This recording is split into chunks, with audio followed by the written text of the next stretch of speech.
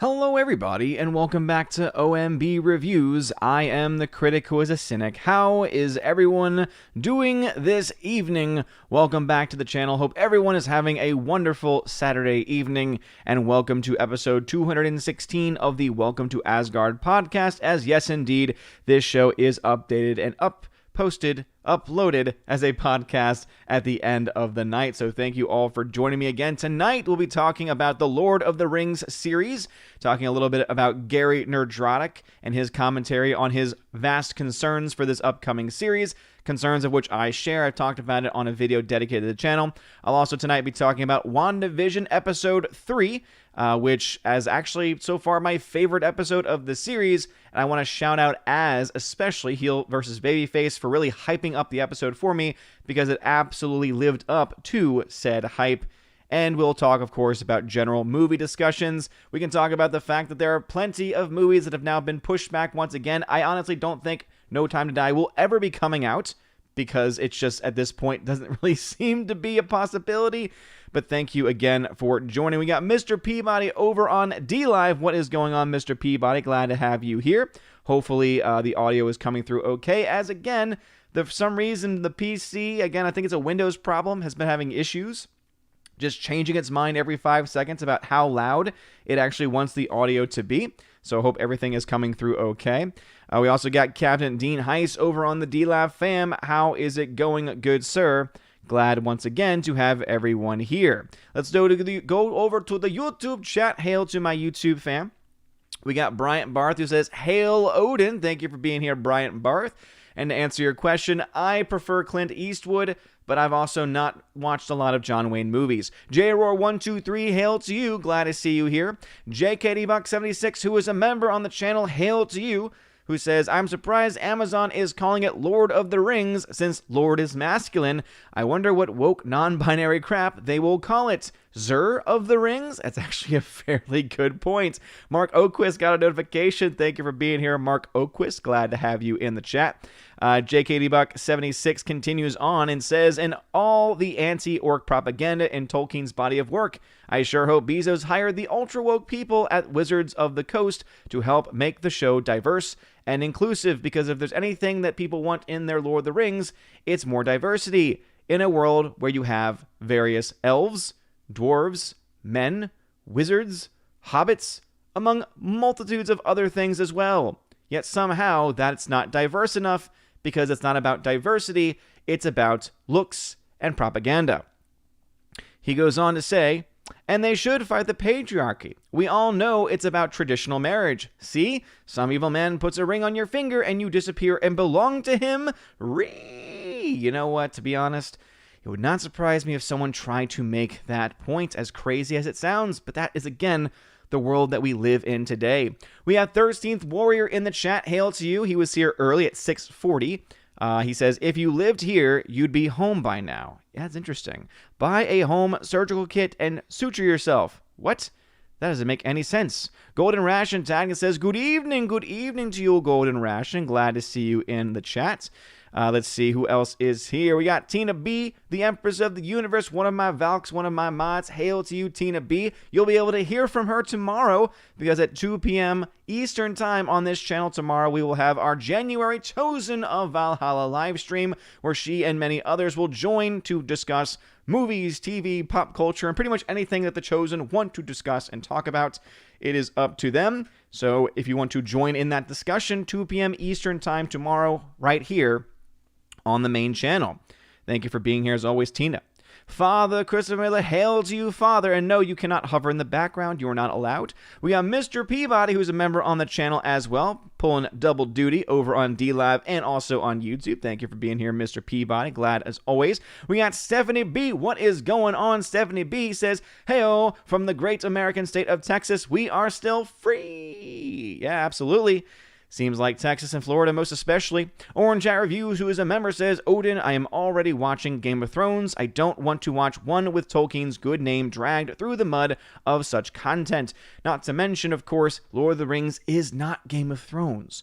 Game of Thrones is its own property with its own universe and also with its own adult content, Lord of the Rings and all of the bodies of work done by J.R. Tolkien has never been that and will never be that. And so if they try to make it, it's kind of like going back to Mean Girls. If they try and make fetch happen, if they try and make adult Lord of the Rings happen, it's going to be rejected outright.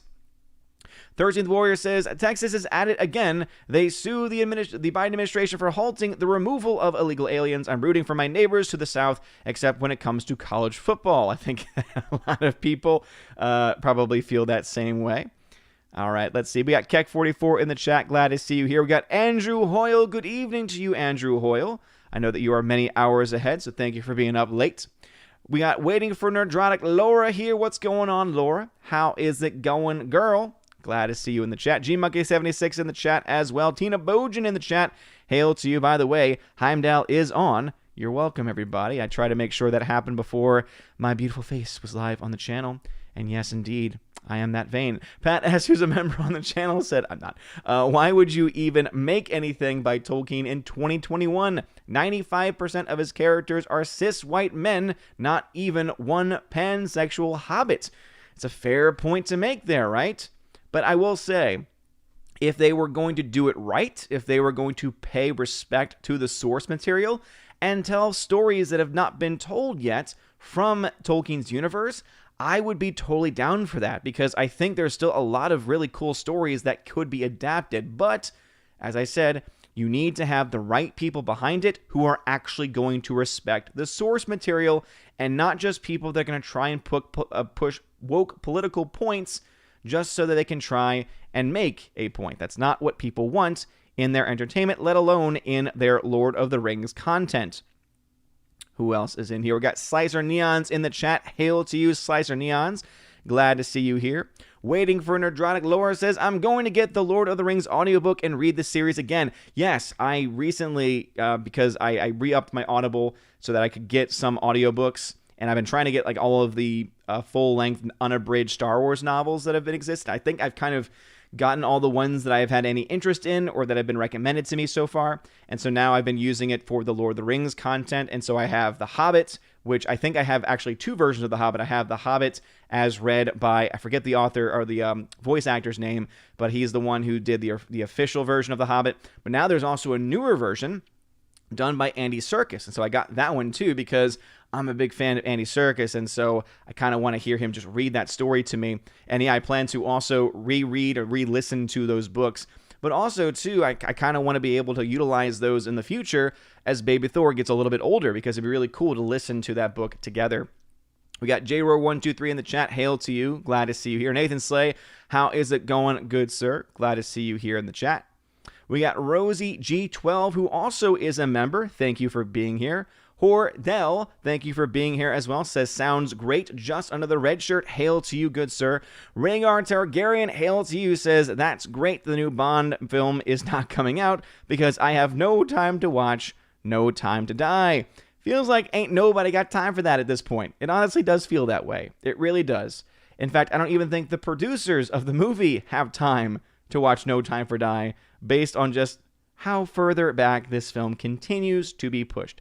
It doesn't make any sense. It really doesn't. And keep in mind that they could have, sold the film for $400 million? I think Netflix was, willing to pay $400 million? Which, let's be honest, at this point, would have been a good deal. Because since that wouldn't be a box office release, it means that they could have kept essentially all of that money. But, alas, they did not. Laura says, so happy to have some smart TV to watch with WandaVision, and I've loved the deep dive into possible symbols and Easter eggs in the series. Yeah, as I said, one of my favorite parts about last night's Friday Night Tights was as going into those deep depths, because it allowed me to appreciate the episode even more, because I was more aware of what was going on, and I was like, oh, this is what Az was talking about, and oh, he is completely right.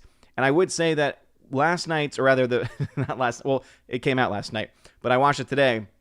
But episode 3 of WandaVision, I honestly feel, really started to, I think, make the show have an actual identity. And I really do think it kind of stepped aside and stepped out from previous episodes, because it still is definitely playing into that sitcom aspect, this time focusing on that 70s atmosphere. But I honestly think that this time, more so than the other episodes, we got to go further into what's actually going on. And I think there's a lot of things that we can absolutely take from that episode, and I will go further into my own thoughts in a little bit. And obviously we'll be going into some spoilers as well, and I'll let y'all know when we're about to have that discussion. But yeah, I totally feel the same way. All right, let us see. Balan the Hobbit in the chat, hail to you. Nathan Slade tagged says, after watching Pulp Fiction for the first time today, I think it's creeped my way into my top 10. It's so good. It really is. It is definitely a classic film. Eastland Burkholder, glad to see you in the chat. Glad as always to have you here. Let's see. POC, Preserver of Culture, is in the chat. Hail to you, POC, Preserver of Culture. Glad to see you here as always. Let's see if I can get back to your chat. It says, you seem to like singing, especially for ice cream. What is your favorite musical? I doubt it's Rocky Horror, but you'd probably make a good Eddie. Just wondering. So, first starting off with Rocky Horror, I actually like it more than one would think. However, there is a point in the movie where I check out. It's about the halfway point. Basically, once Meatloaf's character is killed after Hot Patootie, bless my soul, after that, I'm pretty much done. Like, at that point, it gets way too weird and bizarre and slows down, and I'm like, yeah, okay, I'm kind of over it, right? Because you start off with some really, like, fun, crazy songs done very well, and then it just goes into this weird tangent, and that's when I check out of the film altogether, and I just stop watching it, and I don't want to watch it any further. But yeah, I've seen several Rocky Horrors, the shows and the stage versions that they've done, the midnight screenings that they do all across the country. I've been to several of those. In fact, when I was in high school, I had a group of friends where we actually did our own version of that night, and it was actually a lot of fun. So it is definitely a show where I like some of it, but I also don't like a lot of it. And that's kind of like my thought on that. If I had to go with my favorite musical, though, it's kind of a tough one because I feel like there's different musicals that have hit me at different times in my life. For a long time, I think Wicked was kind of my go-to answer. And I know that's kind of the standard, anyone would say that. But the music that Steven Schwartz does for the musical, honestly, is so powerful and is so freaking beautiful that it's something I can always go back to. And it's a show I saw 4 times total. I saw, I think, twice on Broadway and then 2 touring cast versions of it. So obviously I was a big fan of it enough to watch it those many times. But if I had to go, there's a weird one, kind of an oddball one that maybe you wouldn't expect a lot of people to say, but it might actually be Pajama Game. And it's not because it has the best music per se. It's that I was in a production of Pajama Game, and it was the most fun I think I'd ever had in a show. And because it was a brand new show to me, I had never seen it before, I'd never seen the movie or anything like that, I think that because of that, and also having a lot of fun with the people I was in the show with, just made that one of my favorite shows that I've ever done. So I guess that would have been my go-to answer, but again, doesn't mean that's a show that I'm just going to watch over and over again. It's more of an experience of having been in a show. Not to mention, of course, there's a bunch of parody musicals. I've mentioned several of them on the channel before from a group called Star Kid. They've done a musical version of Anakin Skywalker's story called Annie the Musical, which is freaking hilarious. They also do a wholly musical Batman, so a musical version of Batman, which is also hilarious. They're also the group that did the Harry Potter musicals, which I think are some of the best Harry Potter storytelling that we've seen in a long time. So yeah, I hope that answers your question. Reginald Ackland, thank you for subscribing to the channel. I do appreciate it. All right, let's see. Harvey Weinstein back in the chat. What's going on, good sir? Glad to have you back as always. Always fun to read that name out loud. Hamilton Burger, what's going on, Hamilton? Yo to you as well. Glad to have you here as always. Let's see. The new number 2 over on YouTube and on DLive. He says, hail all in the YouTube chat. Laura says, you can bet your bottom dollar. I think you meant bottom dollar, but you said, you can bet your bottom. I'll be talking Tenet with tequila-soaked Tina. Oh, boy. That should be a fun conversation. So the movie Tenet being talked about by Laura and Tina with tequila involved. Oh, Lord. It'll be a fun time. It'll be a fun time. By the way, I think, Laura, you sent this one to me, if I'm not mistaken. If not, and someone is in the chat who did, thank you very much. I know that you had said that you would, but I got Lady Hawk today on Blu-ray. I've not seen it yet, but I did upload it to the Plex server, And so again, shout out. Thank you very much. I've never seen this film before, so very glad to be able to finally watch it. So shout out to you. Also, I got the steelbook for Whiplash in as well, and that will be put into the giveaway pile and given away on the channel. Again, shout out to Laura. I don't know if anyone is aware, but essentially she won a steelbook edition of Whiplash, watched the movie, loved it, and but wanted to give it away so that someone else could actually watch it, and so she sent it back to me so that I could send it out to someone in a future giveaway. And obviously I do giveaways kind of randomly every now and then, but that is going to be one of those options. So thank you, Laura, for sending that. I really do appreciate it. All right, let's see.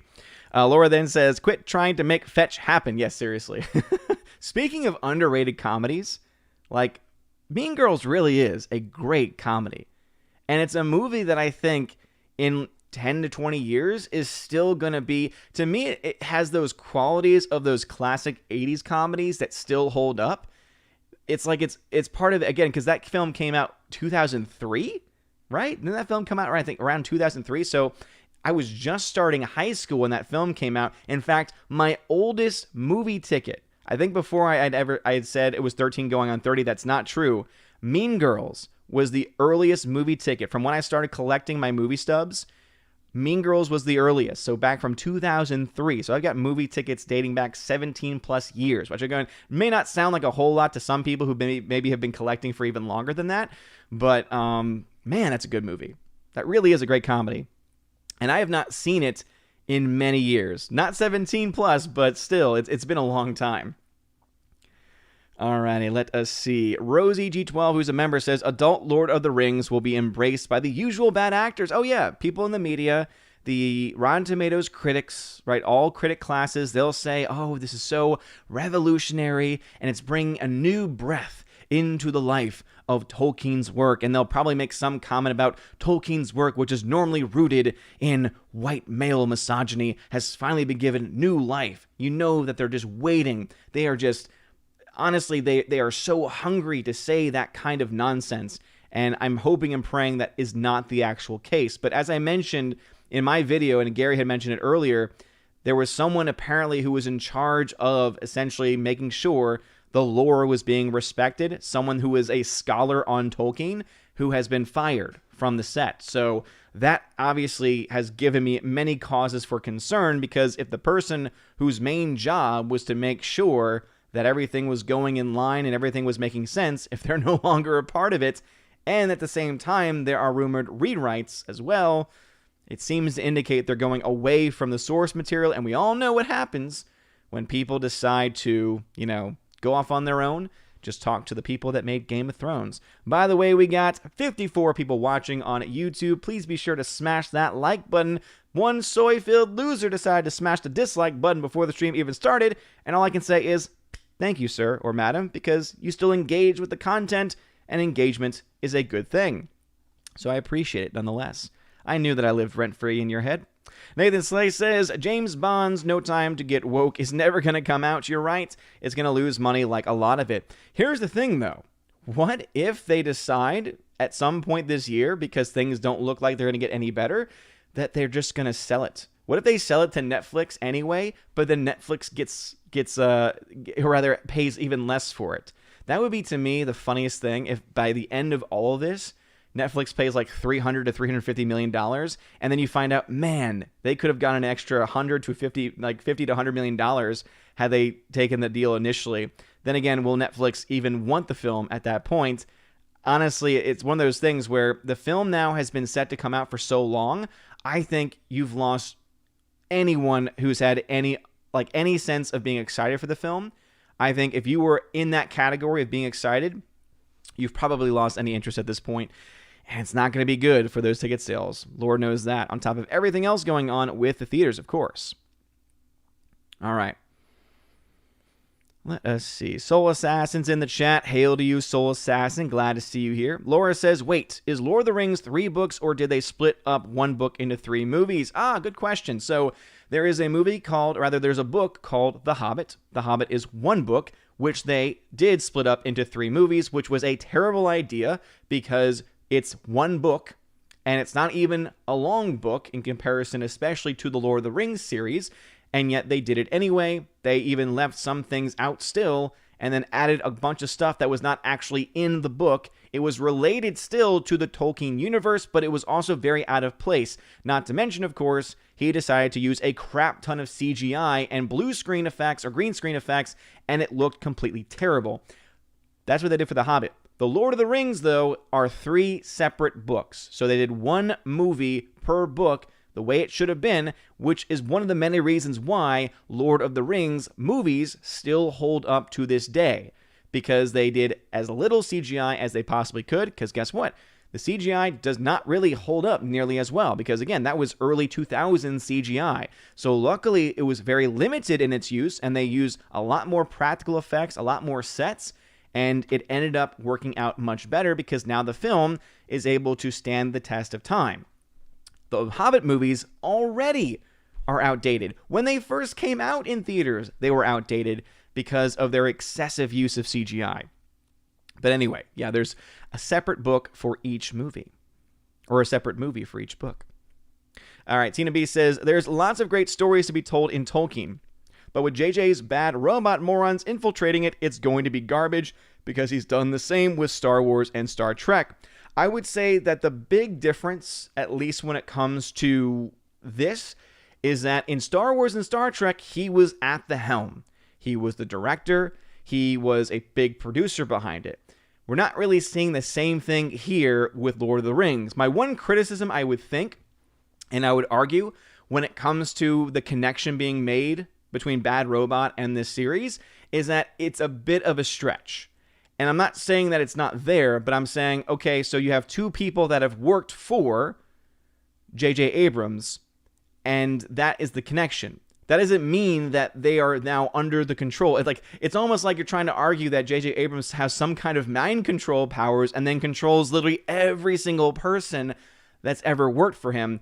And that's just not how it works. Now, I'm not saying that there aren't some people that have worked for him that kind of go to him and kind of give, bounce ideas off of him to get, a mindset of what to do. Like, obviously, I'm sure that does happen. I'm sure in Hollywood, you have a lot of that stuff happening, especially if people owe their careers to certain individuals.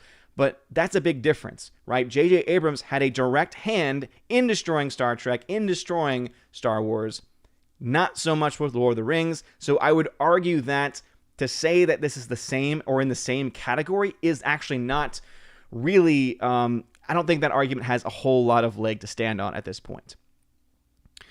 Let's see. Slicer Neon's tagged and says, hail back. Unless Men of the West channel shoutout has complete control, I expect this show to fall massively. Okay. Yeah, I've never seen Men of the West, but there are some pretty cool lore channels on YouTube that dive into that crazy awesome storytelling. All right, let's see. Darth News, thank you for the $5 super chat. He says, $5 for being a savage and keeping that beard game strong. Keep up the great work. And then he's got a beard emoji, and then what is that? And that is that a hang loose emoji as well? Well, thank you, Darth News, for that. I appreciate the super chat and the kind words. And thank you for saying that I'm savage. I really do appreciate it, man. Thank you. All right, let's see. JK76, who's a member, says, in 1999, I bought the audio cassette version of Lord of the Rings in Knoxville, Tennessee. A lot of the voice actors also played the Smurfs. That's an interesting combination of things. Andrew Hoyle says, not watched any WandaVision yet. I would say that based on the 3rd episode, it seems like it'd be worth watching. But I think that I kind of agree with the sentiments of a lot of people who've talked about this show. I'm really going to have to wait and see where this show actually ends up and what the major payoff is, because it's obviously leading up to something big to be able to really recommend this show or not.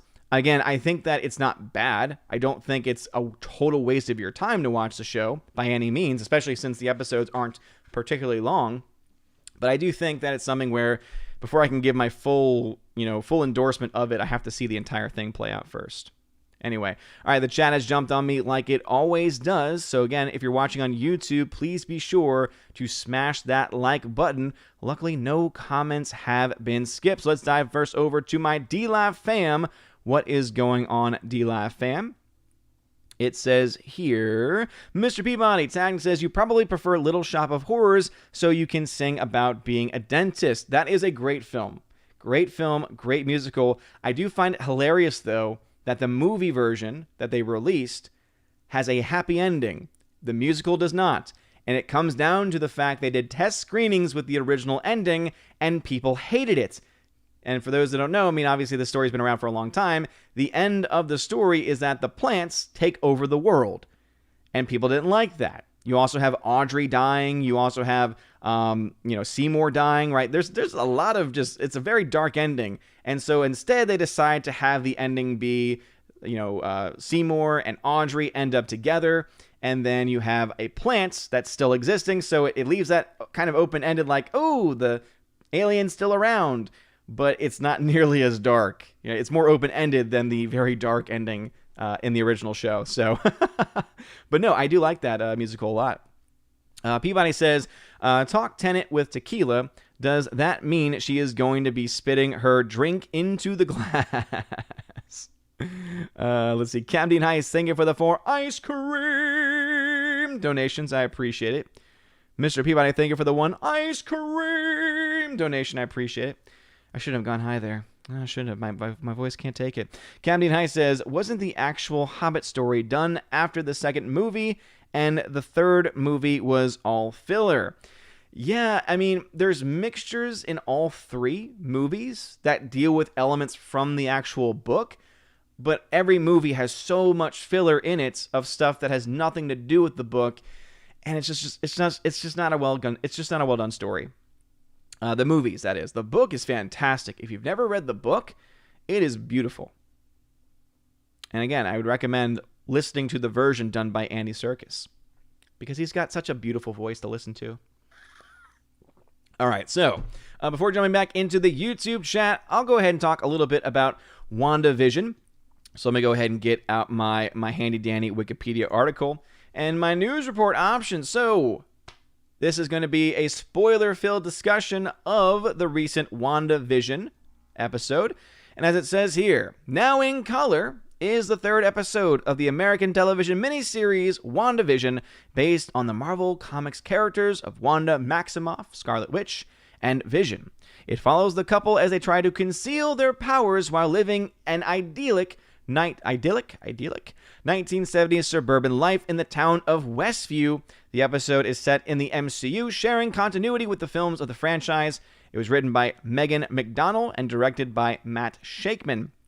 Elizabeth Olsen and Paul Bettany reprised their respective roles as Wanda, Maximoff, and Vision from the film series alongside Tiana Paris and Catherine Hahn. And I will say once again that one of my favorite parts of this series has been Catherine Hahn, and I'm very sad that she did not have a very prominent role in this episode. In fact, other than the first episode, she has not been featured nearly as much. And I was actually really excited in that first episode because it was set in the 1950s. It felt very I Love Lucy. And Catherine Hahn really did play that next door neighbor character very well. Like that Ethel character from the I Love Lucy universe. She seemed to, like, she just played it very well, right? It was very funny. It was very charismatic. And I was really enjoying it. And then they jumped to the 60s in the second episode, and she wasn't nearly as prominent, and there were a lot of other characters, a lot of other side characters added into that episode, and it was fine, but again, not as much Catherine Hahn. And then in this episode, she doesn't really come in at all until the very end, and it's not at all campy or fun, because obviously the show is going in a much more serious direction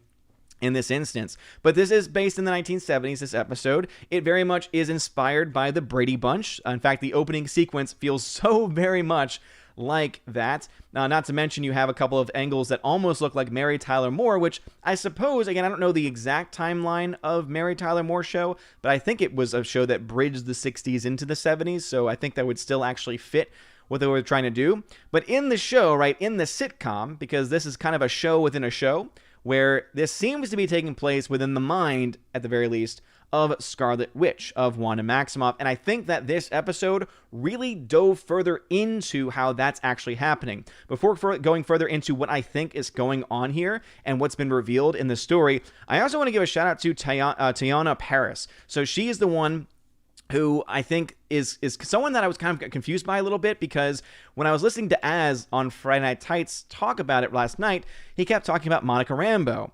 And obviously Monica Rambeau is a part of the Captain Marvel universe, and I believe was the original, or rather kind of the biggest iteration of Captain Marvel. So if you go to the comics, for instance, it was this version played by Monica Rambeau that got really popular in, the 70s or 80s, and it's kind of one of the more iconic versions of the character. And it's interesting that they decided not to go that route, but instead to give it to Brie Larson, who is not charismatic as all. But dear Lord, Teyonah Parris, she is charismatic as hell. She is a great actress. I was loving every moment of it, and the whole time I'm like, wait a minute, this is Monica Rambeau. This is someone that's got to have to share the universe with Brie Larson and have to give Brie Larson the head role, essentially. Like, I'm going to have to say, I'm supporting Brie Larson. And I'm thinking to myself, no. Brie Larson, if she's going to still exist in the universe, should totally be supporting Teyonah Parris instead, because she was a rock star in this episode. And obviously in the actual show, she's not known as Monica Rambeau, and that's kind of where you start to see things unravel. So the entire episode deals with the fact of what they left off with last episode, where Wanda, is now pregnant, but the pregnancy is going very, very quickly. In fact, in 3 days, she goes through 9 months of pregnancy. And then Monica Rambeau's character, right, Teyonah Parris, comes over and essentially helps her, or rather is trying to find out more information about, again, I'm forgetting, right, because I just saw it recently, but anyway, she's coming over, and Wanda's trying to hide her pregnancy from her in this instance, and basically, she goes into labor in front of her, and Teyonah's character helps her through the labor of twins, and so she has twins, and that is when I think I was really interested in it, because as mentioned this last night, because she's had twins, she at one point mentions looking at her twin boys to say, I was a twin, and then mentions her brother Pietro. And then you have this instance where Monica Rambeau's character seems to have awakening a moment saying, oh, he was killed by Ultron, wasn't he? And then Wanda freaks out and says, what did you say? And then it's like this moment where Monica Rambeau becomes self-aware and says, and then she just doesn't know what to say, because she realizes that Wanda's freaking out, right? It seems that this makes it very clear then that this is occurring completely within Wanda's mind, and that Wanda has full control of this universe, because that becomes exceptionally clear and very much almost stamped down by the fact that what happens to Monica Rambeau after that moment happens, she's expelled from the Vision. She's expelled from the world, and you go to the real world where all of a sudden you have this world, again, with a sign that says, what's the fictional land called in this instance? I'm trying to find it here in this instance. Come on now, help me out here. Westview. So they have basically a sign for Westview, and you also see that there seems to be this barrier that's up, but she gets expelled out of the barrier, but she's still in the clothing that she was in this fake world, right, in this Vision universe. And so at that moment, you realize, okay, now we're starting to get some details as to what's going on here. So it's clear that Wanda has control. She is the author of this story. She's now able to expel characters who are no longer just characters in her mind, but are actual real people. Or maybe it's a mixture, right? We really don't know yet about whether there are some people in her mind, or whether all of these characters are all real life people, basically all going along because, again, Wanda can warp reality. That's hard to say together, and is essentially warping reality for all of these different characters at the same time. And it's fascinating to see this stuff play out. It really honestly is. And I think that this episode, more than any other episode, was really able to get this deeper message across.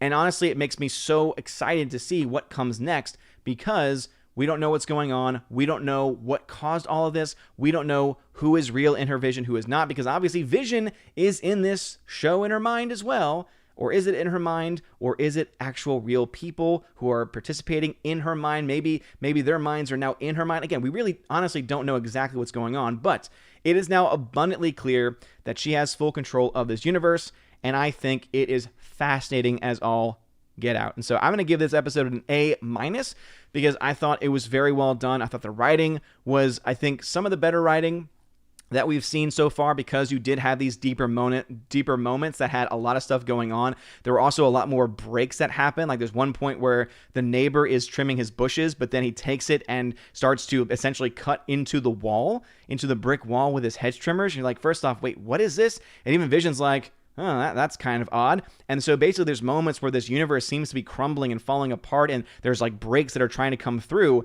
And then of course you actually have characters coming in as well. And this is something that Az mentioned last night, where you have the character played by Catherine Hahn and one of his other neighbors, and they're talking to each other. And Vision's like, what are y'all talking about? And she says, hey, this person, Monica Rambeau, where'd she come from? And she just showed up. And then they say at one point, she doesn't have a home. And then you start to realize they've never established where she lives. She does kind of just show up in these episodes, and it seems very clear that she's out of place. So it seems to indicate that what I would guess is that all this is taking place. There are real people inside this, whatever this is. And it seems that Monica Rambeau was sent into this universe maybe to try and wake her up, to try and infiltrate her in some way. Or maybe she just got pulled in. Maybe they were trying to figure out how to, what to handle. And when she got pulled in, she got basically pulled into the Vision, right? She got pulled in and lost her sense of reality because obviously Wanda is warping everyone's reality, including Monica Rambeau's. And obviously there's that moment when she realizes, oh, the twins, now there's something going off in my brain saying, oh yeah, that's right. You're a real person, and your brother was a real person. Your brother died, and he died from Ultron's hands, and that causes her to go through this psychological break and, again, expels Rambeau from the Vision.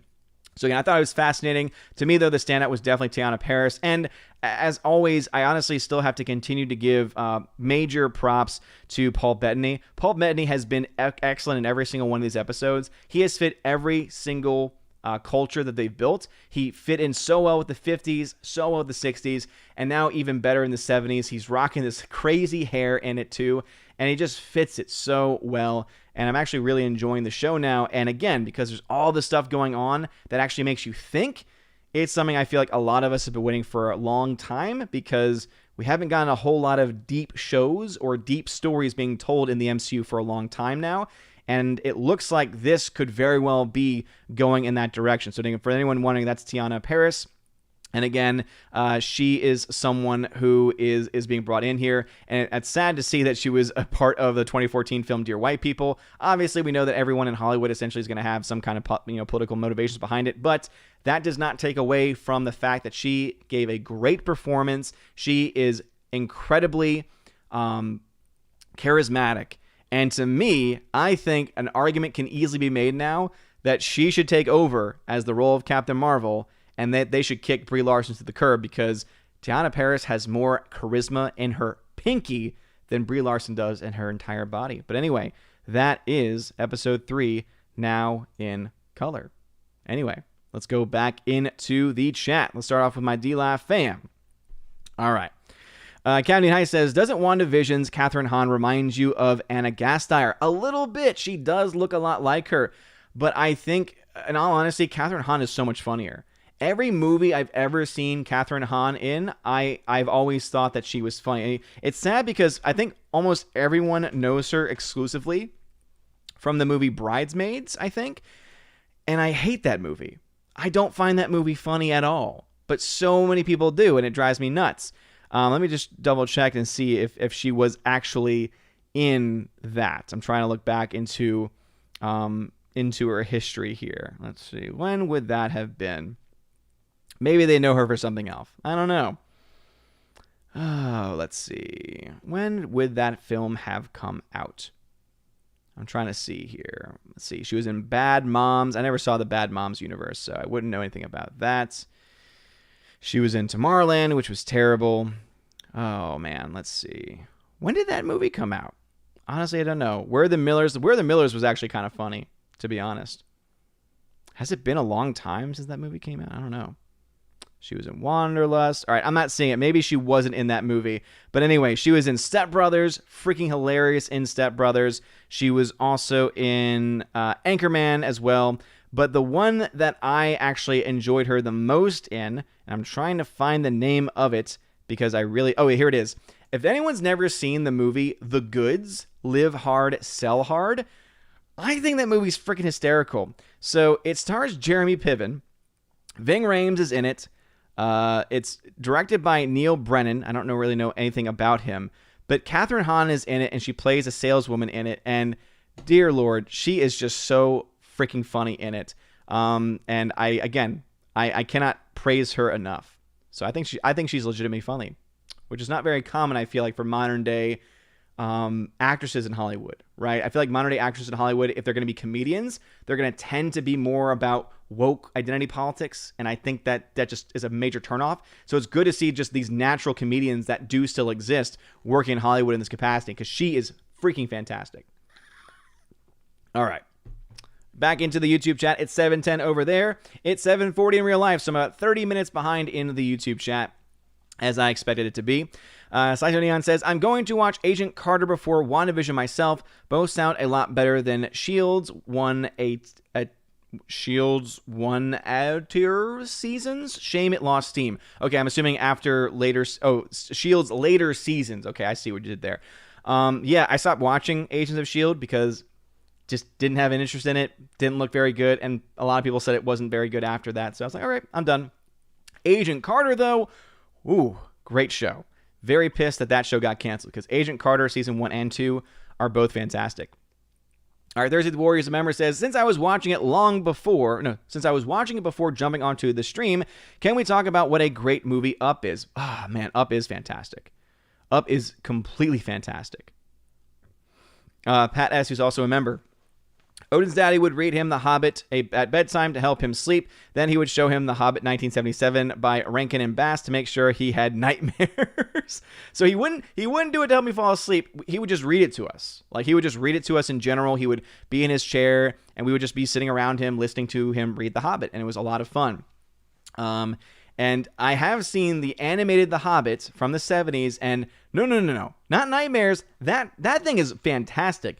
I love that movie. I love that animated film all the way back when I first saw it when I was younger, and I still love it now. All the campy music in there is so great. I love that one. All right, James, thank you for the $1 donation, and thank you also for donating via Streamlabs. I appreciate it. He says, hey, Odin, what are your thoughts on the Star Wars prequels? For me, they are nostalgic and have great lore, even if they are flawed movies. Thanks. No, I agree. I think the dialogue is complete trash. Like, let's just get that out of the way. You cannot defend the dialogue in the prequels. If you do, you don't know anything about writing, period. The dialogue is terrible. I would say also the performances of the dialogue are also terrible. What we've learned from this is that George Lucas cannot really write dialogue, and also he can't really direct actors. And again, just go back and watch the prequels, look and pay attention to the acting. Even great actors were giving subpar performances because he's just not a good director of actors. That being said, the lore built in the prequels is fantastic. There are great memes also that have come out of the prequels, which are also fantastic. So there are a lot of things to still hold on to in those movies, even though the dialogue and the direction aren't very good. And that stems from the fact that George Lucas, though he can't write dialogue, can build beautiful worlds and universes rich with lore. Something that cannot be said about modern-day Lucasfilm. Andrew Hoy, who's a member, says, 007, no time for intersectionality. Mark Lizeth, welcome to the chat. Glad to see you here. Rosie G12 says, musicals, Sound of Music, and Damn Yankees, also Guys and Dolls. Yes! Sound of Music, great film. I've actually never seen a musical version of it, like as far as like a staged version of it, but the movie's great. I was in a production of Damn Yankees, in fact. I played the younger character. So in the show, in that movie, in that series, I'm saying it wrong again. In that musical, you have a character who becomes younger because of a deal with the devil. And so I was the younger version of the character at the time. That was a fun show to play. And though your Joe has to go, he may come back to you again. My voice is very tired right now, so I apologize. But I just had to sing it. And yeah, Guys and Dolls, fantastic. I've been in production of Guys and Dolls. That's also a fun show. All right, Laura says, my wife played Magenta in the Berkeley and LA Rocky Horror cast. She has lots of great picks. Nice. That must have been fun. Let us see. Pat S says, Cats. He knows it's Cats. Oh, yes. Everyone knows how much I love the musical Cats. You know, everyone... I have to do it now. Here's my impression of the musical Cats. This is all I took away from the musical Cats. Jellicle cats in a jellicle way. We are jellicle cats and we jellicle say. That's all I know. And those aren't the words, but they might as well be. They might as well be at this point. Nathan Slade tagged it says, one thing that I realized about Pulp Fiction has a lot of racial slurs and not a single person is offended by it despite it all. At the time, yes. I imagine that the film probably will get canceled in the future because obviously that can't be allowed to stand. Mark Lizette says, since you have admitted to a lack of comprehensive movie watching from the 80s, tell me you have at least seen Citizen Kane. Yes, I have. I did watch it later in life, but I have seen it. Nick, Titan Aries, what's going on? Glad to see you here. Hordell says, please say a prayer for us. Biden canceled the Keystone Pipeline. I had a lot of work on that pipeline, along with my crew and company. Now maybe jobless the rest of the year. I hope not. Well, I'm sorry to hear that. Yeah. That's one thing that a lot of people aren't talking about, is the fact that not only did you have thousands of Americans lose their jobs, you had thousands of Canadians lose their job as well.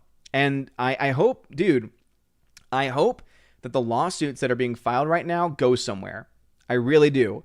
Because it's insane to me. Not to mention, guess what's going to go up? Probably those gas prices. And that's something that's going to affect all people. Alrighty, let's see. Super says, hey, what is up, my dude? Sorry I'm late. Got caught up watching Bad Times at the El Royale. Somehow it's even better the second time around. Dude, yes. Bad Times at the El Royale, one of the best movies in a very long time. It was my favorite movie of that year. In fact, it beat out, if I'm not mistaken, Infinity War. I think it came out the same year. All right, let's see. Andrew Hoyle says, Lady Hawk. Great stuff. Indeed, that's what I've heard. Sandy Q, welcome to the chat. That's a newer name in the chat that I see. Hamilton Burger Tag says, Mean Girls. Remember when Lindsay Lohan was not only a going concern, but was on her way to stardom? It's been a while. Yeah, seriously. Like, seriously, the sky was the limit for her. And then, unfortunately, just like what happens to many childhood stars, obviously, there's a lot of crazy crap that happens in Hollywood. And honestly, I don't really put a whole lot of the blame on her. Obviously, as an adult, she's responsible for her own choices. But I really do think that there needs to be a deeper dive done into all of these different things. Because I honestly, truly believe that what you're going to find as you do further research and as they do further studies into these young actors going and becoming older actors in Hollywood is a lot of creepy stuff behind the scenes. And I really want someone to do a deeper dive into it to expose it, because I don't think that she went crazy on her own. And it is really sad when you think about it. Andrew Hoyle says, I still have my movie ticket from Gladiator. Well, that's awesome. I know Tina will be very happy to hear that. All right. 13th Warriors member says, just think, Odin, sometime in the future may find your stash of movie tickets and wonder, what the heck are these movie theaters? Yeah, it's a great point. Saying, what are these stubs of paper? Wait, there's years next to them. I wonder what it means. And then one of them will say, wait a minute, I think these are movies. They used to watch them on the big screen. Let's see. Kid Cassidy, welcome to the channel. Mr. MH, hail to you. Welcome to the channel. Hound 3000, hail to you. Glad to see you here. Laura says, nope. One soy-filled loser isn't a good screen name for me. It is time for a change, though. I thought that you had a change. Didn't you have a change in mind? I thought that you had one laid down already. That 70s Rock fan, dude. That 70s Rock fan. Thank you, man. Thank you for the $10 donation via Streamlabs. Dude, thank you. Thank you very much for donating via Streamlabs. For those that don't know, YouTube gets none of that. That goes directly to me. Other than processing fees, I get almost all of it. And so it really does help out and support the channel. So thank you very much. That 70s Rock fan, I really do appreciate it, man. And thank you for loving the work. I appreciate it. Though my voice is very tired today. So I'm going to definitely have to try and let my Chosen of Valhalla do most of the talking tomorrow, because my voice is tired. I'm drinking more water than usual. That's some high quality H2O, though. All right, Rosie G12 says, I met Tom Shippey at an academic conference at Marquette University where most Tolkien's papers are housed. Serious scholar and nice man. Bad sign he's gone from Lord of the Rings. Yeah, so that was the name of the scholar. So Tom Shippey was the scholar originally on board for the Lord of the Rings series. and he has since been kicked off. And yeah, for those that have not followed that story, essentially the show was going in a very good direction, and then we had the unfortunate death of Christopher Tolkien, the son of J.R.R. Tolkien, and he was a person that was really holding the flame for his father. He finished a lot of the works that were unfinished. He published a lot of the works that had not yet been published from his father. And he was also the only person left safeguarding the stories that his father wrote. He died in 2020, early in 2020.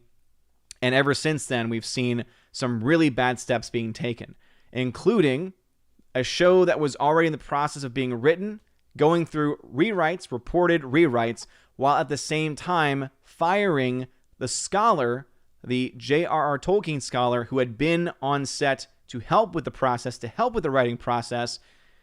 He was fired during the same period of time, which makes it seem very timely and very within this ballpark that they're probably going to go in directions where a scholar is not needed, which means they're going to go in directions that go away from the source material. And if we know anything about when people, especially in this case, we have got young showrunners who have not done any major shows before, if any, and they are going to be in a position where they could easily do something very similar to what happened with Game of Thrones, where they ran out of material, they caught up with the books, they had to start coming up with dialogue and things on their own, and guess what?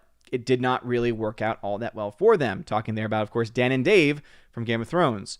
So there's a huge fear that we have that if they're going to go in that direction, it could be really bad. That's awesome that you got to meet him, though.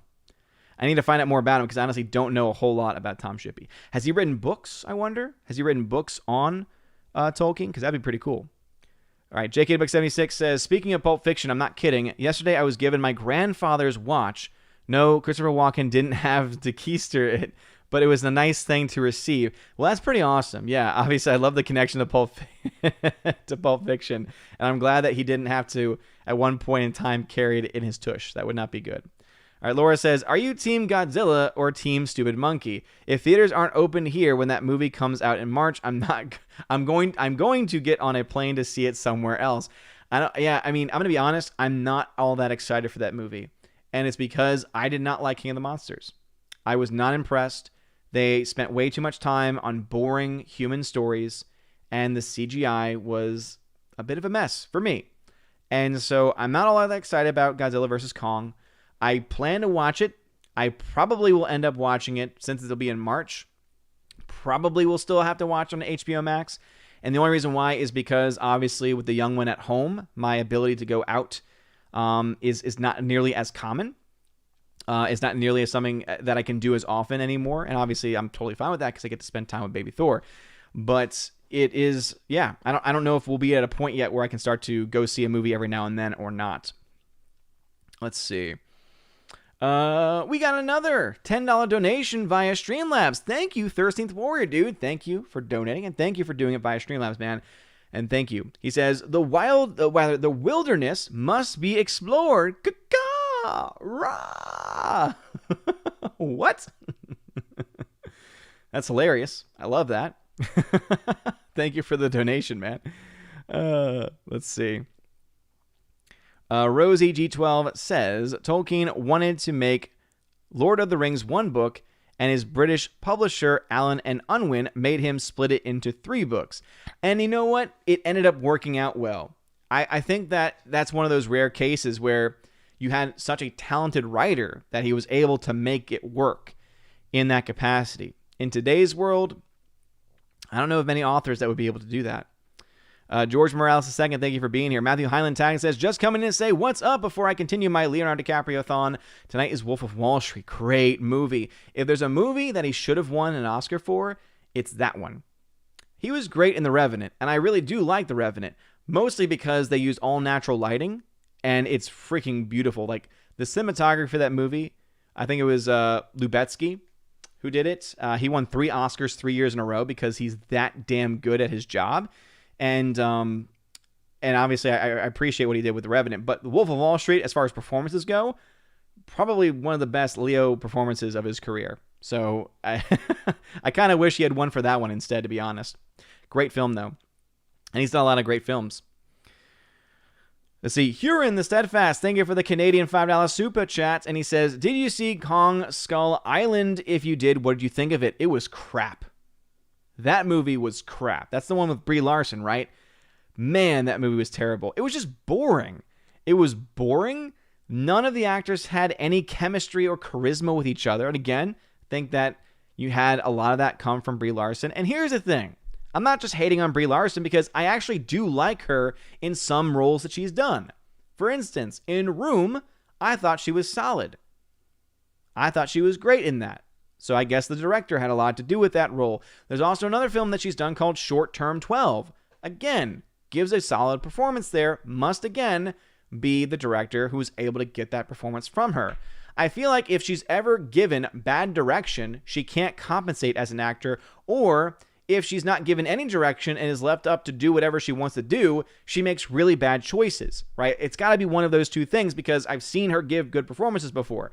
But Kong Skull Island is not good. The only good modern Godzilla film that I have seen, and again, obviously I've not seen anything from Japan, I've not seen any foreign language films, so don't freak out when I say this, but the first Godzilla from 2014, as far as modern Godzilla movies, Godzilla from 2014 was the best. It was solid. Could there have been more Godzilla? Absolutely. But at the very least, the human story was interesting. You had Bryan Cranston in that role, and he did a great job with it. And it was good. It was just well done. And the effects were good for what they were. But everything else since then has just gone downhill further and further. All right.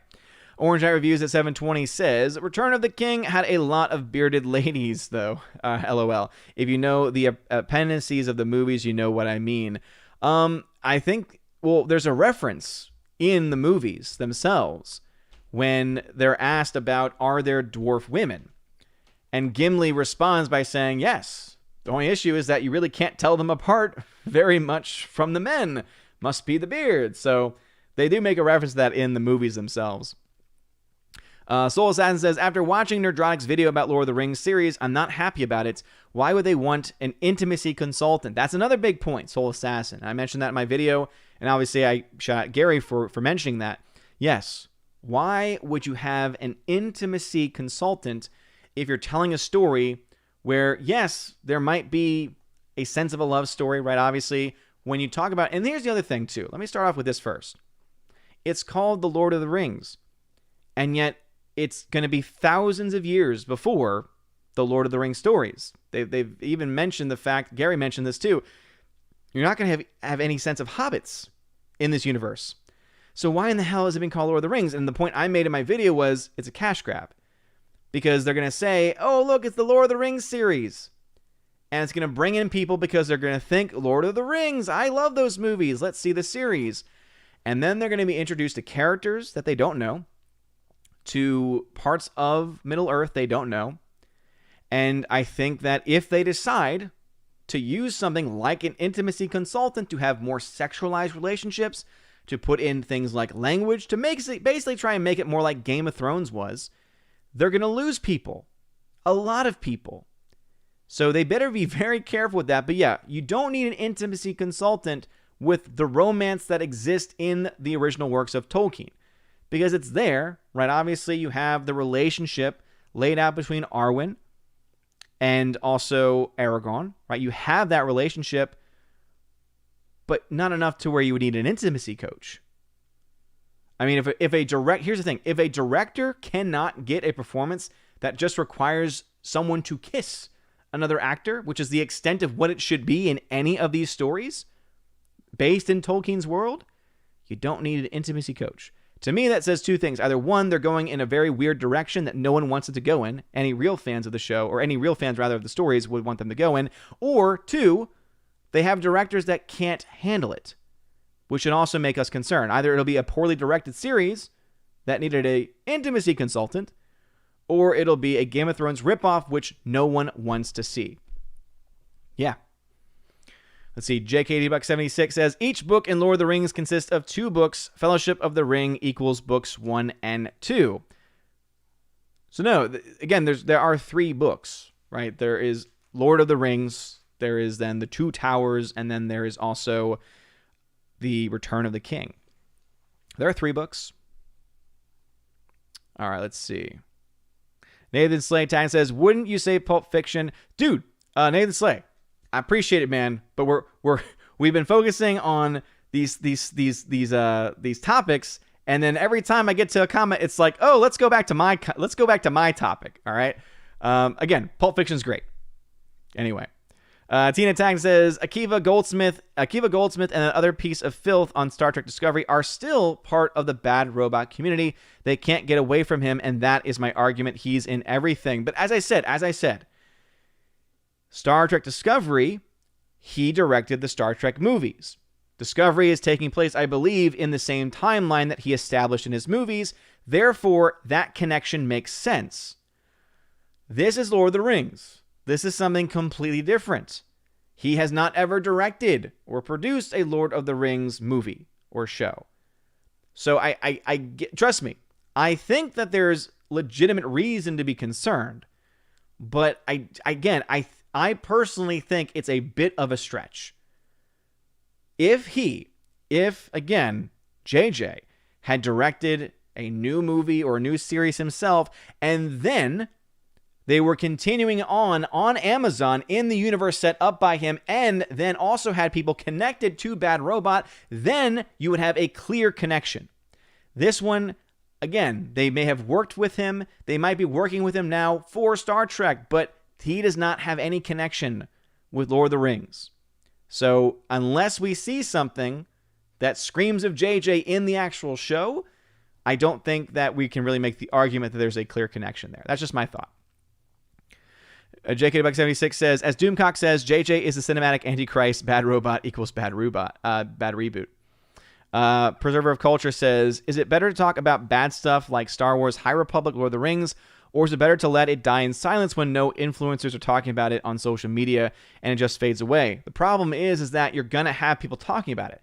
And it's going to be people that are going to try and push an agenda. So there has to be a vocal response. Not to mention, if it's something that you care about personally, you're going to talk about it.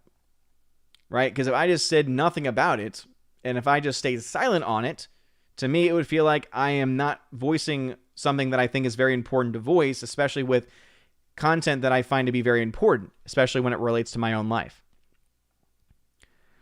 Let's see. JKDBuck76 says, folks, look up Nerd of the Rings. All right, he's shouting out Nerd of the Rings. All right, let's see. Going back up in the chat as it has jumped on me. Thank you again for being here. All right, so chat has jumped on me. It looks like some comments may have been skipped. It's 7:39 in the chat. It's 8:02 in real life. So obviously some comments may have been skipped.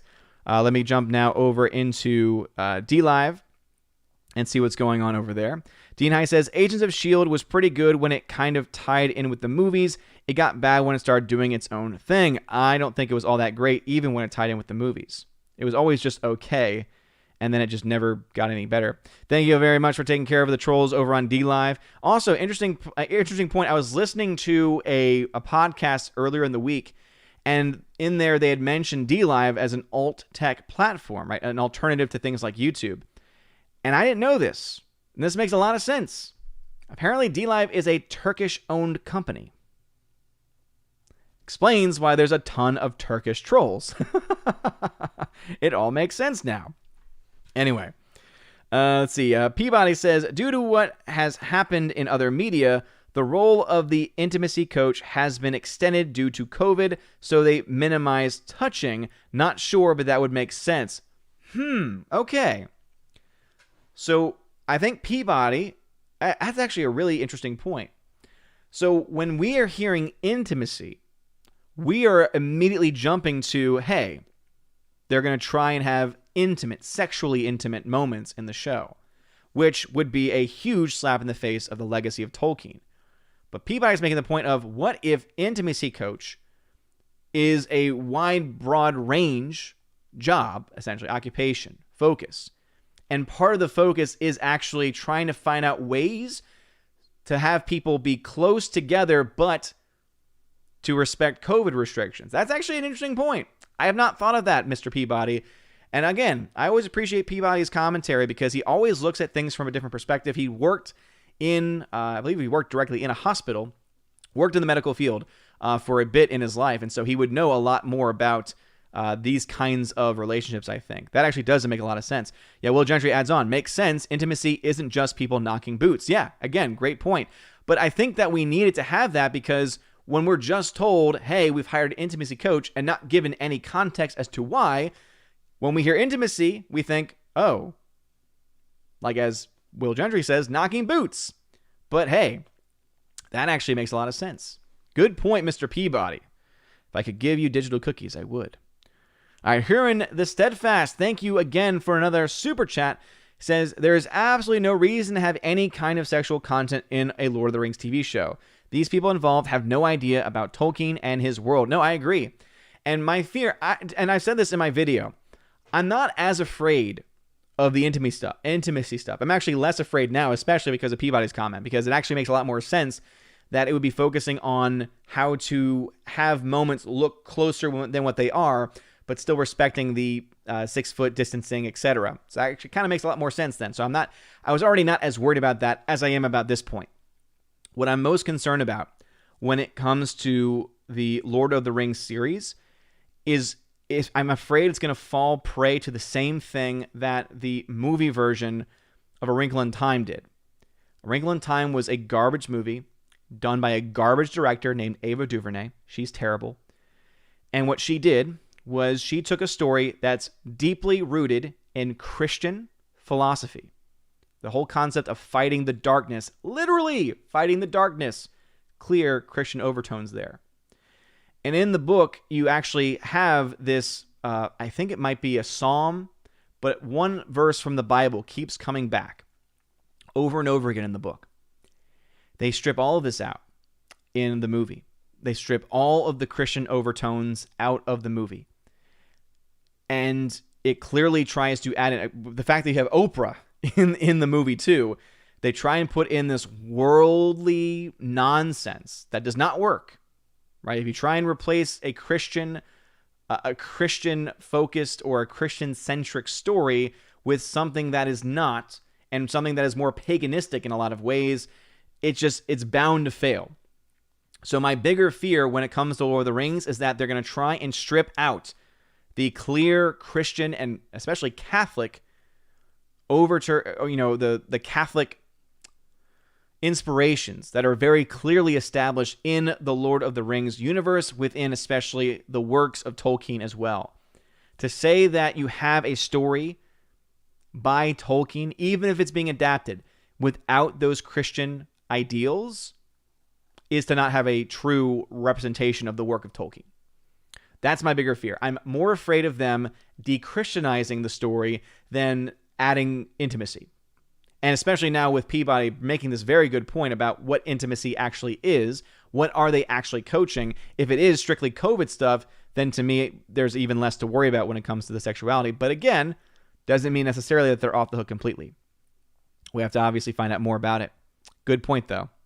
All right, back over to YouTube at 739. Hamilton Burger says, The Goods is a fantastic movie. I did not expect much from it, and let's just say expectations subverted. Yeah, I agree. Now, again, is it the most original comedy ever told? No, but it's a movie that I enjoyed thoroughly at the time. I watched it several times, immediately after it came out. I want to say I saw it in theaters a couple times at least. And it's a movie I recommended to people too, back in the day. And it's a movie that now I've remembered it said, oh, I remember having a good experience with this movie. I kind of want to watch it again now to find out why it is I love the movie so much. And obviously critics hated it, so that should be a motivation to go see it. If the critics hate it, it must be good. See, Darwin James WR, welcome to the chat. Blake St. Clair, welcome to the chat. Eric K., who's a member, says, Agent Carter did not hurt that Haley Atwell is very talented and very, very easy on the eyes. Yeah, I definitely understand your second point. But yeah, she's great. She's a great actress. And also her supporting cast in the series was fantastic as well. All that stuff helped out. Brian Barth says, most overrated film and most underrated film.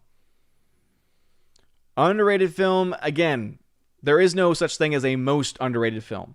There's going to be different films from different eras, from different categories that can be underrated in various ways. So I don't have one for that. And then I would say the same goes for overrated as well. But off the top of my head, Endgame was loved by a lot of people, still loved by some people. And I was very early out of the gate hating that movie because it's terrible. All right, Soul Assassin says, the Bernie memes have been amazing, especially the Up spoof. The Up spoof? Oh, I haven't seen the Up version yet. But yes, the Bernie memes have been hysterical. What's even more funny is the fact that his campaign or his association made a piece of clothing that they sold. So Mr. Socialism himself, Mr. Communist himself, made money off of the meme. That's capitalism, ladies and gentlemen. That's even more funny. Blaze St. Clair says, Ralph Bashki is amazing. His work needs a revival. Is that the guy that did the animated version of The Hobbit? He also did Lord of the Rings too. I never saw the Lord of the Rings animated though. Tina, thank you for letting me know how to contact me. Laura says, my favorite musical is Pirates of Penzance and The Music Man. He's a what? He's a what? He's a music man. Fun story. So I think I maybe have mentioned this on the show before. Maybe I mentioned it at the time. I was actually in this musical while I had already started doing YouTube. I was with this church group that did shows every year as a way of outreach.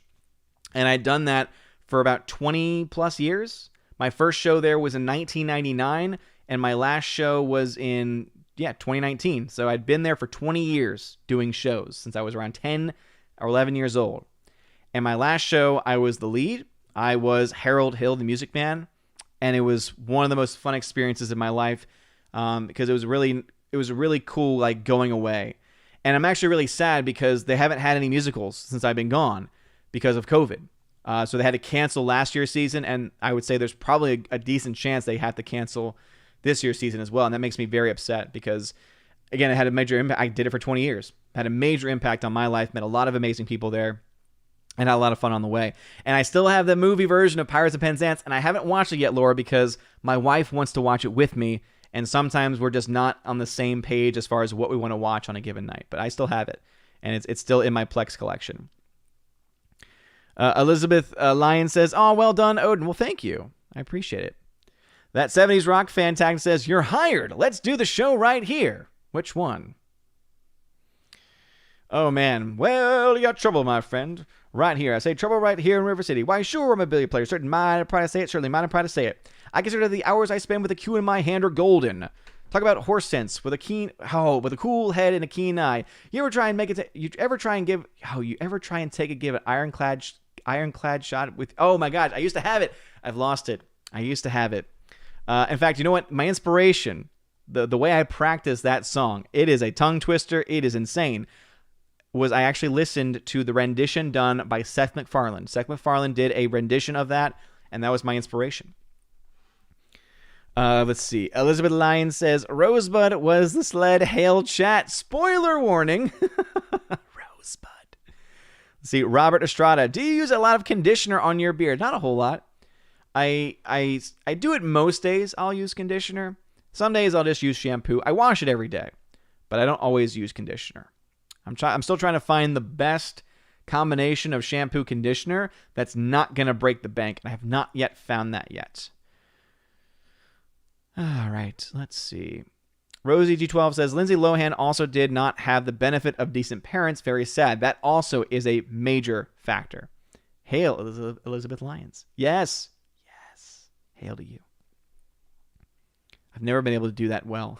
I always have to look at myself and think okay, I'm doing it. Okay, I'm doing it now.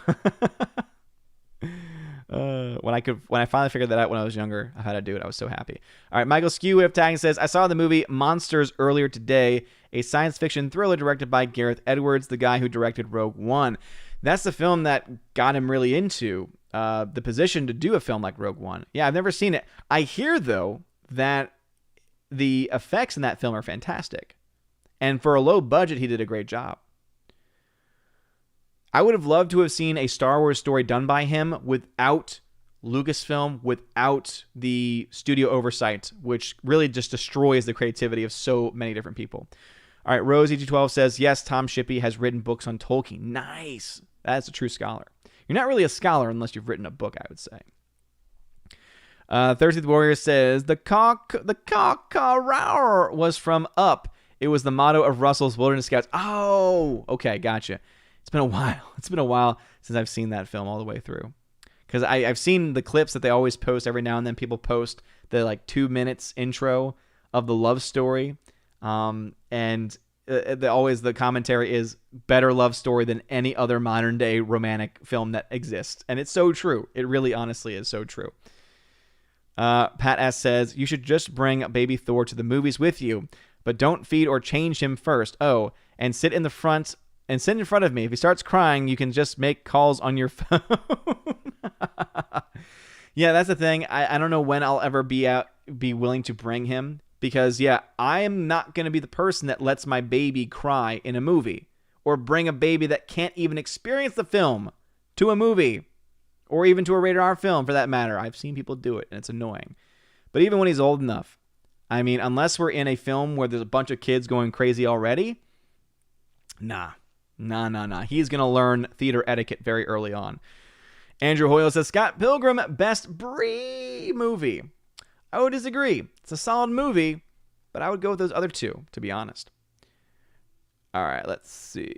All right, Nathan Slay made another comment about Pulp Fiction, so I'm going to skip it. I'm sorry, dude, but we get it. You like Pulp Fiction. We get it, man.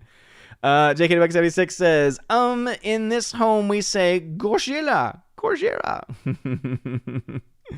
Rosie G12 says, you can have a love story without graphically showing sex, e.g. Faramir and Eowyn and Beren and Luthien. Yeah, not even just in the Lord of the Rings universe, but I mean, the best films, in my opinion, that tell love stories do so without all of the extra graphic crap that's not needed.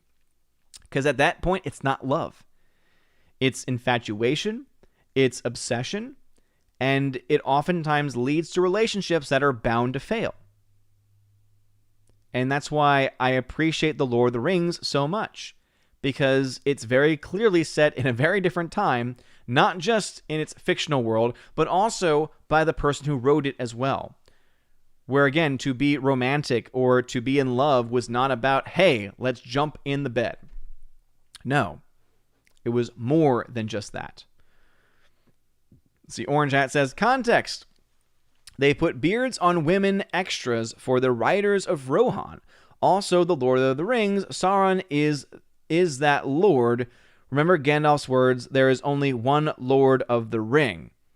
Okay, the first part made sense to me. The second part did not make any sense to me. Thursday Warrior says, your theory about Brie and directors is valid, but I have an alternate theory. She won an Oscar for Room and now thinks she's a great artiste. She doesn't need to listen to directors. I think that's also a very good argument, 13th Warrior. I would have to look at the timeline, though, to see if it really does match up. Because there's the other thing, too, is that she was already a spoiled brat before the Oscar. Did anyone remember? I remember posting this stuff when we first found out about it. Does anyone remember the fact that she actually tried to be a pop star when she was a teenager?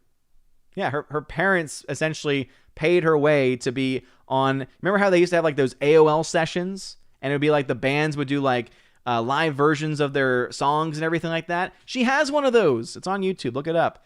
And oh man, it's something. Rosie G12, they're going to make the woke of the ring, and I fear that they will. Hamilton Berger says, intimacy coach, cuddle harder. More cuddling. No, and to bring back to Mr. Peabody's point, it's actually going to more likely be like, move away, one more foot, you are within 5 feet.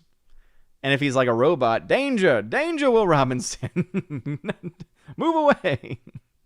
In fact, I think it might be more like, what is her name from Robin Hood Men in Tights?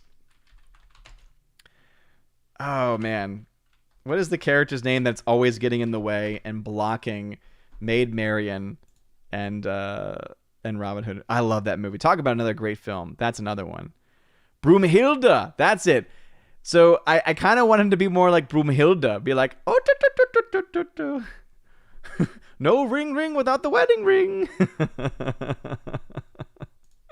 That's what I want the intimacy. I want the intimacy coach to have like a German accent, a really bad fake German accent, and be like, no, you must be 6 feet apart from each other. Anyway. 6 books. What? What are you talking about? I'm so very confused by what's going on by this. Oh, man. All right, let's see. Where are we? All right. Chat has jumped on me like it always does. Cool. Back over to D-Lab for a second. Will Gentry says, did you hear that the woman who made Bernie's mittens can't afford to make them anymore because the taxes were too high? I did. I think that's freaking hilarious. Yeah, so everyone's been reaching out to this woman because they wanted to find out where Bernie got his gloves because they want their own. And she's like, hey, I would, only I can't because my business went out of business because of high taxes. Oh, all the while Bernie's making profit from capitalism. Oh, man. Isn't that funny? Isn't that funny? Oh, we got a troll. Will Gentry says, stop lying. Everyone knows a love story isn't a real love story if there's no breast, I will say. And he says, hashtag free the breast, I'll say. Will Gentry. Get that nonsense out of here. All right. First off, also, I should have realized who said 6 books. It was General Wingster, who is our pet troll on the channel. Now I feel much better. Mark6366, glad to see you here. Rosie12, who's a member, says the 3 books, The Fellowship of the Ring, The Two Towers, and The Return of the King. The trilogy is called Lord of the Rings. Yes, thank you. That's exactly what I said. JK76 says, Odin, pick up the physical copy of The Fellowship of the Ring. It is divided into 2 smaller books. Each Lord of the Rings novel consists of 2 smaller books. That's all I'm going to say to that. JK76 says, George R. Martin threw some shade at Tolkien for not having sex in his books. At least Tolkien isn't a lord ass who refused to finish his work. I do not respect Martin one iota. JKD Buck, that's a great point. Rosie212 says, that is not what an intimacy coordinator does on movie sets, Odin. This person is to ensure sex scenes go smoothly on set to protect the actors. And again, I hear that point, but I do think Peabody might have again, I think more research needs to be done into exactly what kind of intimacy coach is this person. We have 76 people watching on YouTube. Please smash the like button. We are getting close to the end, though, so I will be moving to members only in just a couple minutes. Let's see. JKD Buck says, at least Jordan had an excuse for not finishing Wheel of Time. Nathan Slay says, but Odin, you as a white person cannot hate on A Wrinkle in Time, a perfect movie with a black cast. That's racist. That's what they would like to say. Rosie12 says, intimacy coordinator has nothing to do with COVID on movie sets. Okay, we've got some we got some disagreement going on. And again, I think that Peabody was mostly making the point of what if, not this is a fact. So I do think that is something to take into consideration. And again, I think that is still, I think it's worth looking into to see exactly what the role this person is doing. I'm not denying what anyone is saying here. I'm just saying I think it should be looked into. Jay Rolled, thank you for becoming a member on the channel at the Citizen of Asgard, at the Citizen of Asgard level. Yes, indeed. I just realized that I labeled it as Citizen of Asgardian. I just noticed this. That's a mistake on my part. It should have just said Citizen of Asgard, but instead it says Citizen of Asgardian. It's been that way the whole time, and no one's ever told me? Oh, man. Disappointed. Disappointed! That's me right now. All right, JK76 says, underrated film equals Enemy Mine, overrated equals A Christmas Story. No, Christmas Story is just fine. Overplayed? Yes. Not overrated. Never seen Enemy of Mine. Blake St. Clair says, yes, Odin, correct. Context would have helped for me. Bakshi did some great animated movies, including Lord of the Rings. His work is forgotten somewhat. I think that the Hobbit version he did I think it's still remembered by a lot of people. It's got a lot of love. I think it's on YouTube in its entirety, and it's got tons of views. At the very least. Pat S. says, just do Gary, Indiana with a lisp. Gary, Indiana, Gary, Indiana. Oh no, what is that? Something special. It's the Wells Fargo wagon. Oh ho, the Wells Fargo wagon is a coming down the street. Oh ha. Oh man. Nowadays it's like that role is gonna be very short-lived, I think. How dare you ask someone without a lisp to have a lisp? That is an offense to all people with lisp. It's like, it's a show.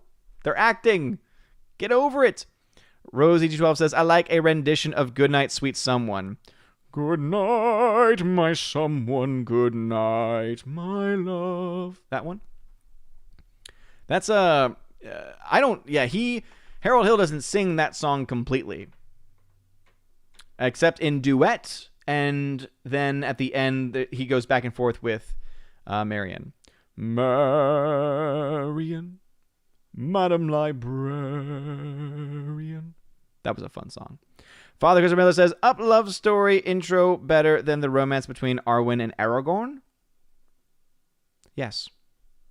That's going to be controversial for some people. Yes, Nathan Slade, people bring babies. They still do it probably to rated R movies. Oh yeah. So bad, we had to create a policy at AMC when I worked there where we had to tell parents that after 6 p.m. you couldn't do it. And it was so funny because there were people, I remember working the box office, there were people that would yell at me because I would deny them entry. I would say, hey, our policy is that after 6 p.m., no child under a certain age is allowed into a rated R theater. And again, it's all about trying to create an experience. We're trying to make it so that people don't just bring their kids in to disrupt during a rated R film because they shouldn't be in there in the first place. And there are parents that would yell at me for doing it. Now, I understand it. They're coming from the, you can't tell me how to raise my kid perspective. I get that. But at the same time, it's like, but think about it. If we have to make a policy, and if you can't see that bringing your child to a rated R movie isn't a bad thing, I do question your parenthood then. Father says, I'm back, bit the bullet today, and bought the Blues Brothers 4K Steelbook. I have a feeling Odin's never seen it. I have seen Blues Brothers. I love it. Controversial opinion, I actually also love Blues Brothers 2000. And my argument is this. Is the first Blues Brothers a better movie? Yes. Is the soundtrack for Blues Brothers 2000 epic? Hell yes. I will stand by Blues Brothers 2000 because that score is fantastic. Not to mention, I mean, come on. Still got a great cast. John Goodman singing a song. I'm waiting for a fox. I'm looking for a fox. Oh man, so funny. I'm all alone and fancy free. Huh? Such a great score.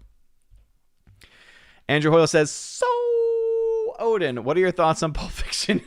Damn you. Damn, you're a member, and I have to read that comment. All right, we are 3 minutes away, so it's members only now. Members only. So again, if you're tagging me, I'm sorry, but I'm reading members only now so that I can end on time. Father says, is Up love story better than the love story of John Wick and his dog? Oh, I see where you're going there, but I'm going to say no. In all seriousness, no.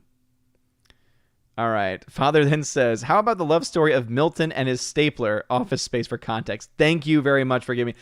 Once you said stapler, I knew exactly who you were talking about. Where's my stapler? There is no greater love story than Milton with his stapler. Yes, it's me stapler. Anyway, let's see. Orange Review says, further context. You said that titling the Amazon series Lord of the Rings is not a good idea. It still makes sense because Sauron still becomes the Lord of the Ring and subsequent rings later on. No. Orange Hat, I get that, but we all know the reason why they're doing it is because if they were to name it anything else, no one would understand it.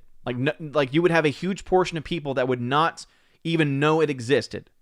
We all know that the reason why they're calling it the Lord of the Rings still is because they're trying to get that moolah, which again, it makes sense from a financial standpoint. I personally wish that it was more accurate to what the story would actually be telling.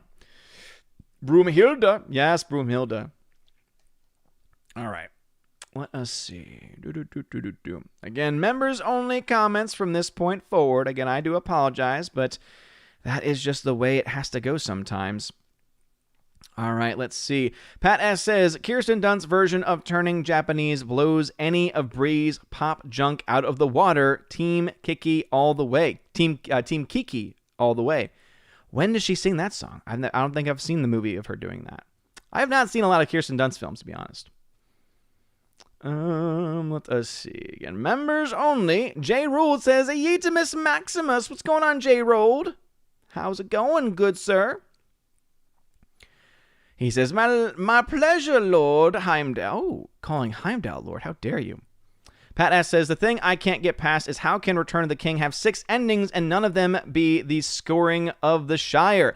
Yeah, that was one thing that I remember my dad had mentioned, because obviously not only did he read the books and the stories to us when we were younger, The Hobbit was the only one that stuck with me more so than The Lord of the Rings did, because obviously I was so young when he read those stories, and eventually over time we just stopped, because at one point we actually switched over to Harry Potter because my little brother got into Harry Potter, and so that was the new story that we started to read as a family together. And so that was the one thing it was mentioned when I asked my dad, because we went to go see, so this is actually cool, we went to go see the movies together in theaters, and so one thing I decided to do when the Hobbit movies came out was that became something new as an adult that I started to do with my dad. So I brought my dad to all 3 of the Hobbits and saw the Hobbit with him, all three films. And even him, as much as he knew about the lore, he was still like, yeah, I don't really agree with the decisions they made and all the things they added in, but it was still really cool to be back in Middle Earth and the Shire and all that kind of stuff. But anyway, my point is that he would mention that about how there's this whole section where the Shire is on fire, right? And isn't it Wormtongue? Isn't he the one that like goes to the Shire after he gets kicked out and takes over essentially with that? I might be wrong on that point, but I remember my dad talking about that a bit. JKD Buck says, Eredin and Elwing, the other human and elf hookup, they were Elrond's parents. I did not know that. Again, my knowledge of this is very limited as far as the deeper, richer stuff. I did not realize that Elrond was a half human. Huh, interesting. I always love learning that kind of stuff. All right, let's see. So again, members only. Rosie 12 says, Blues Brothers, favorite line, we're on a mission from God. Yes. All right, let's see. Pat S. says, so the lesson here is, if you're going to bring Baby to a rated R movie at AMC Elmwood, bring a big purse too. Yes, Pat S. That's exactly right. That's exactly right. Let's see. And people do that anyway to sneak in food, so. Let's see. All right. What other members have comments? Pat S. says, Blues Brothers 2000, the Snyder Cut is best. Oh, dear Lord. Rosie G12 says, Odin, have you seen Animal House and Caddyshack? I've never seen Caddyshack, and I have seen Animal House, but I can't remember watching it all the way through. I'm pretty sure I have, but the memory of it is gone. But I've definitely seen at least most of Animal House. I want to say I had to watch it for college. I had to watch it in college, and that's why my memory of it might not be as good. But Caddyshack, I've actually never seen. JKD Buck says, the second age of Middle Earth was a little over 3,400 years, so there was a lot of stuff to write. There is, and that's kind of, I think, the fear. The new number 2 says, 76 trombones led the big parade. JKD Buck 76 says, Sharky. Let's see. Orange Chat. Oh, sorry. Rosie 12 says Saruman takes over the Shire in revenge. No, I honestly wouldn't know. Orange Chat says it was both Wormtongue and Saruman who invaded the Shire, and yes, they called Elrond the half-elf lord. Interesting. That's great. I love that. Thursday Warrior says actually Elrond was known as half-elven. Interesting. The more you know. Again, my knowledge of it is strictly the movies and the limited knowledge I still have from when my dad read it to me when I was a kid. Again, when I say I was a kid, I was like single digits. So, Rosie 12 says, Odin, you got to see Caddyshack. There's tons of films I have to see. All right, and that's, I believe, all the comments from my members. All right, let me just jump over to DLive and finish up over there. Captain High says, Tolkien wrote Lord of the Rings as 6 books, but the publisher released it as 3. Okay, so that's why I know it as 3. Thank you for that confirmation. That makes a lot more sense. Will Gentry then says, stop lying. Everyone knows a love story is... Okay, sorry, I already got that one. Blah, Patooey, I spit at you, Will Gentry. Anyway, Thursday Warrior says, I play the trombone. Carrying the dang thing on the school bus made me wish I had picked the flute. Yeah, seriously. Night and day. JK76, in the book, the Shire was nearly destroyed by Sorrow Person and Wormtongue. Sam, Frodo, Pippin, and Merry rise up and save the Shire. Yeah. Eric K, I would have never snuck in tacos into the theater from the taco shop right across from the theater and enjoyed them mightily. Caddyshack is a must-see. Next, you will say Groundhog Day. I have seen Groundhog Day. Groundhog Day is fantastic. Did I say Groundhog Day? Groundhog Day. Father's mother says, I'm watching the Kirsten Dunst turning Japanese and my eyes are bleeding. Oh no! Oh boy. Anyway, that's going to be it for me tonight, everyone. Thank you all, everybody, for the support. Make sure you drop a like on the way out if you have not done so already on YouTube. You guys are awesome. Shout out to my D-Lab fam. You're great too. I'll be able to do a chest opening over on D-Live, so y'all stick around as y'all normally do. No, I have not seen Lost in Translation, Rosie G12, but I do know of the film. Inferior, late to the party, you missed a whole lot. Go back and watch it if you want, or listen to it later on. But anyway, thank you all very much for your love and support. Don't forget that tomorrow at 2 p.m. Eastern Time, we will be having our Chosen of Valhalla stream, and I'm sure there will be plenty of comments made about my lack of knowledge of various things. And of course, that's always a good time. So if you want to join us tomorrow, 2 p.m. Eastern Time, again, it'll be a fun time, wide variety of topics, but I'm going to try and let my Chosen speak for me for the most part because my voice is incredibly tired. Thank you all very much for your love and support. Before I go, though, I do need to shout out my members who have the Army of Asgard level and up. That would be FCC 2014, Rosie G12, Andrew Hoyle, Eric K, Orange Chat Reviews, Adam Avery, The Bosco 2000, Twirly Wolf, Jay Stowe, and Aiden Vickery. You guys are all freaking fantastic. So again, thank you all for being here tonight for the love and support. You guys are great. Tip your Valkyries on the way out like you always should. I love you guys from the bottom of my heart. Thank you to everyone that donated tonight as well. It really always does mean a lot, and it does really help to support the channel. If you are a member on Patreon or Subscribestar, I will be doing a giveaway soon for a 4K title. I know that the giveaways have been kind of lacking this month, but I plan to make those up towards the end of the month. And so be on the lookout for those in the coming days. You guys are all amazing and beautiful people. I hope you all have a wonderful evening, a wonderful rest of your weekend. See you all tomorrow, hopefully on the main channel, 2 p.m. Eastern.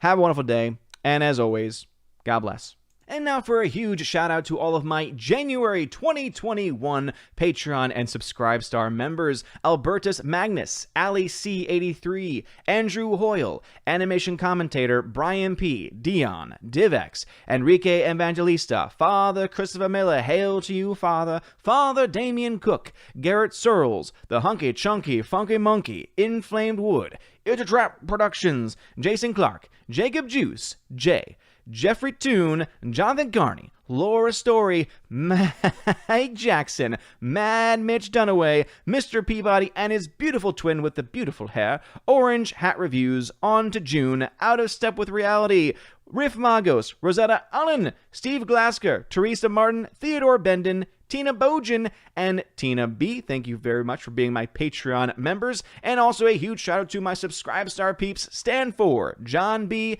Perpetual Punster, Mr. Roy, Glinzer, Darkstar 57, J. Alex McCarthy Jr., US 888209 Fast, Dean Heiss, J-Rod the Beer Guru, Nevadan G. Adams, and ZK Man. You guys are all freaking amazing. Thank you so very much for being supporters. If you want your name shouted out, please consider joining on Patreon, where for $1 a month, you can get your name shouted out at the end of every single video and live stream. For $5 a month, you get access to that, and also you get access to exclusive giveaways, where I give away 4Ks, Blu-rays, digital codes, etc. $10 a month will get you all that, plus also access to a special podcast that I do with John the Flick Pick Flickinger. Lots of fun. We do Q&As from that as well, so you get access to asking those Q&As, asking us any wide variety of questions. And for $25 a month, you get all of that stuff, plus you get to be featured once a month on the Chosen of Valhalla live stream. And also for that first month, you get a free t-shirt shipped anywhere throughout the world. So if you want to consider any of those things, please check out the links in the description below